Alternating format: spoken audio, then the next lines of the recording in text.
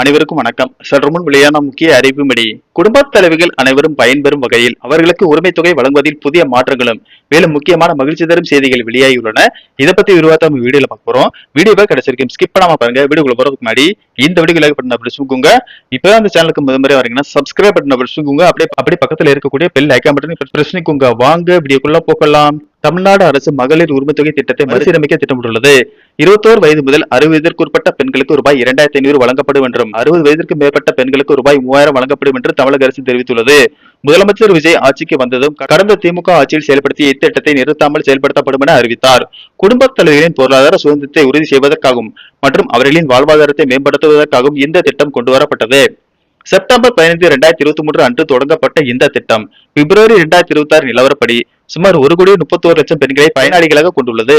இதனிடையே நடந்து முடிந்த தமிழக சட்டமன்ற தேர்தலில் மாபெரும் வெற்றி பெற்று ஆட்சியை பிடித்த தாவேகா அரசு முந்தைய திமுக அரசால் கொண்டுவரப்பட்ட கலைஞர் மகளிர் உரிமைத்தொகை திட்டம் தடையின்றி வழங்கப்படுமா என்ற எதிர்பார்ப்பு பெண்கள் மத்தியில் எழுந்துள்ள நிலையில் மே மற்றும் ஜூன் மாதங்களில் பெண்களின் வங்கிக் கணக்கில் ரூபாய் 1000 வர வைக்கப்பட்டது. ஆனால் தாவேகா தேர்தல் வாக்குறுதிப்படி 2500 ரூபாய் கொடுக்கப்படவில்லை.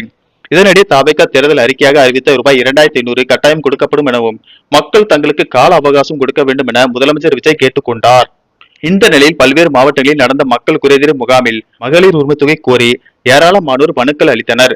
புதிதாக விண்ணப்பித்தவர்கள் உரிமைத்தொகை கிடைக்காமல் விடுபட்டவர்கள் என அதிகமானோர் வந்ததால் அவர்களுக்காக தனி கவுண்டர் அமைக்கப்பட்டது. இது குறித்து அதிகாரிகள் கூறுகையில் மகளிர் உரிமை தொகையில் விடுபட்டவர்கள் தாலுகா அலுவலகங்கள் மற்றும் கலெக்டர் அலுவலகங்களில் மனு அளித்து வருகின்றனர். இந்த மனுக்கள் அரசுக்கு அனுப்பி வைக்கப்படுகின்றன. உத்தரவு வந்த பிறகே அடுத்த கட்ட நடவடிக்கை எடுக்கப்படும் என்றனர். மகளிர் உரிமை தொகை ரூபாய் 2500 உயர்த்தி வழங்கப்படும் என அரசு அறிவித்துள்ளதால் மக்கள் குறைதீர் கூட்டங்களில் உரிமை தொகை தொடர்பான மனுக்கள் அதிக அளவில் பெறப்படுவதாகவும் அதிகாரிகள் சுட்டிக்காட்டுகின்றனர்.